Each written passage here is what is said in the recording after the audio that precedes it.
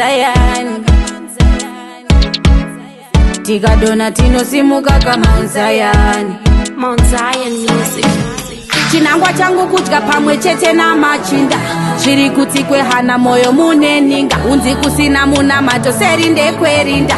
Ndiri mupenyu manake nchamutsika. Chinangwa changu kudya pamwe chete na Machinda. Zviri kuti kwehana moyo mune ninga. Unzi kusina muna mato seri ndekwerinda.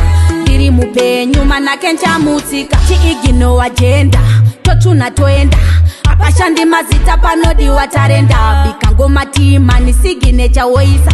Vura indipinde vanganditsinge. Venyika vane nyangava vanganditunge. Baba ita indipinde.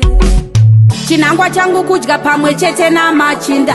Zviri kuti kwehana moyo mune ninga. Unzi kusina muna mato seri ndekwerinda.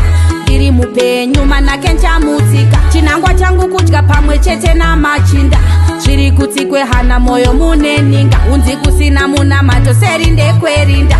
Ndiri mupenyu manake nchamutsika. Ndakatengawo ndapfiti kuzeza kadoma. Pakati pezvizhinji ndakachuza ngoma. Paitova neudoko ndakachuza kugona. Rega ndiende pachinangwa muchazongondiona nerimwe ramazuva. Rega ndiende tichangozama ngoma tichadzimira tete tapinda muguva. Rega ndiende.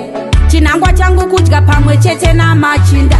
Zviri kuti kwehana moyo mune ninga. Unzi kusina muna mato seri ndekwerinda. Ndiri mupenyu manake nchamutsika. Chinangwa changu kudya pamwe chete na Machinda.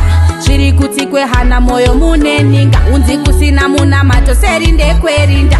Ndiri mupenyu manake nchamutsika. Tichadona tichisimuka kama Zion. Tikadona tinosimuka kama Zion. Tiigino agenda totuna toenda. Apashandi mazita panodiwa tarenda. Bikangoma timani sigine woisa. Vura indipinde vanganditsinge. Venyika vane nyangava vanganditunge. Baba ita indipinde. Chinangwa changu kudya pamwe chete na Machinda. Zviri kuti kwehana moyo mune ninga. Unzi kusina muna mato seri ndekwerinda. Ndiri mupenyu manake nchamutsika. Chinangwa changu kudya pamwe chete na Machinda. Zviri kuti kwehana moyo mune ninga. Unzi kusina muna mato seri ndekwerinda. Ndiri mupenyu manake nchamutsika.